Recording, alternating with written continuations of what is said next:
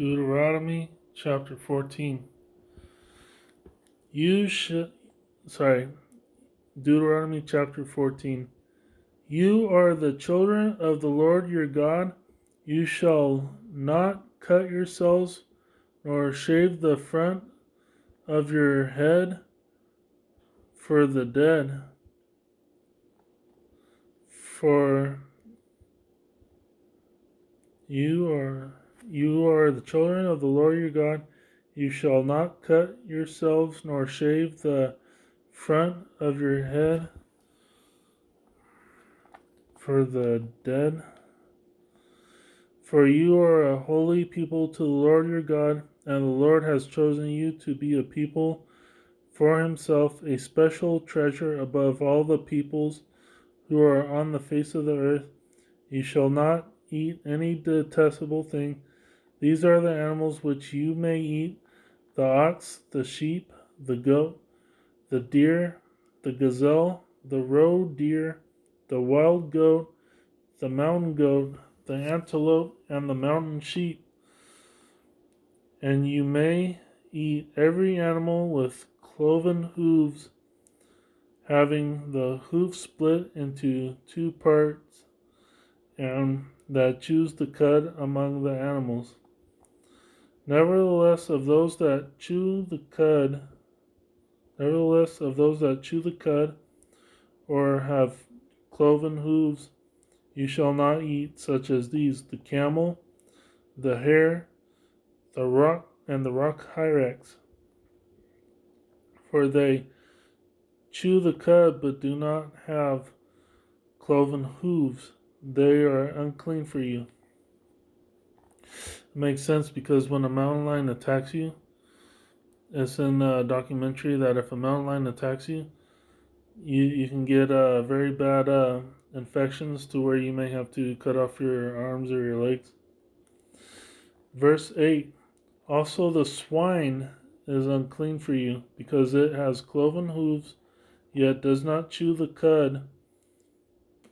You shall not eat their flesh or touch their dead carcasses. I made that mistake before, taking pepperoni off pizza, just so I wouldn't eat the pepperoni. Verse 9. These you may eat of all that are in the waters. You may eat all that have fins and scales, and whatever does not have fins and scales, and plural scales, you shall not eat. It is unclean for you. All clean birds you may eat. So, as far as fish goes, verse 10, and whatever does not have fins and scales you shall not eat. It is unclean for you. Because smelt, tuna, they breed like they're ever they're everlasting breeders. They breed so much. They're like they just breed so much that they'll be overabundant anyways. And it's not like they eat poop or whatever's off the ground. Let's go for verse 10. And whatever does not have fins and scales, you shall not eat it. It is unclean for you. All clean birds you may eat, but these you shall not eat: the eagle, the vulture, the buzzard. Well, the vulture and the vulture, I don't know what a buzzard is, but a vulture throws up as food to the babies. It eats rotten animals, so it could get you sick, I'm pretty sure. Verse 12, but these you shall not eat: the eagle, the vulture, the buzzard. The red kite, the falcon, and the kite after their kinds, every raven after its kind, the ostrich, the short-eared owl, the seagull. No wonder people don't eat seagulls.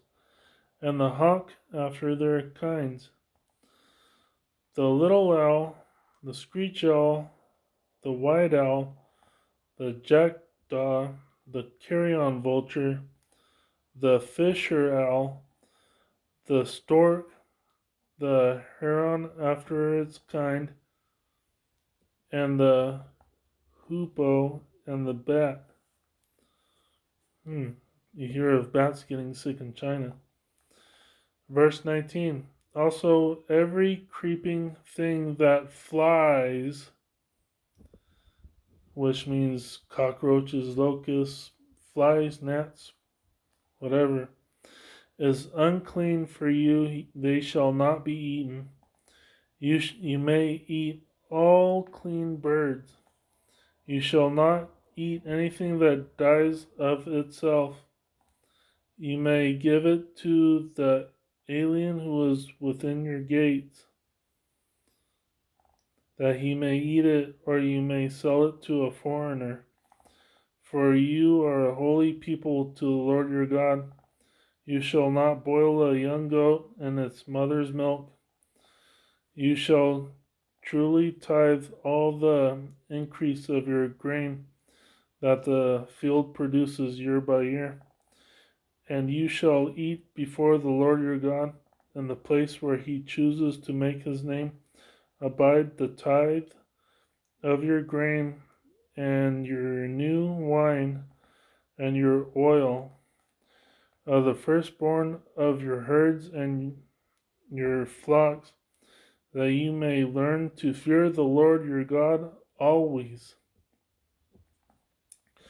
But if the journey is too long for you, so that you are not able to carry the tithe, or if the place where the Lord your God chooses to put his name is too far from you, when the Lord your God has blessed you, then you shall exchange it for money. Take the money in your hand and go to the place which the Lord your God chooses.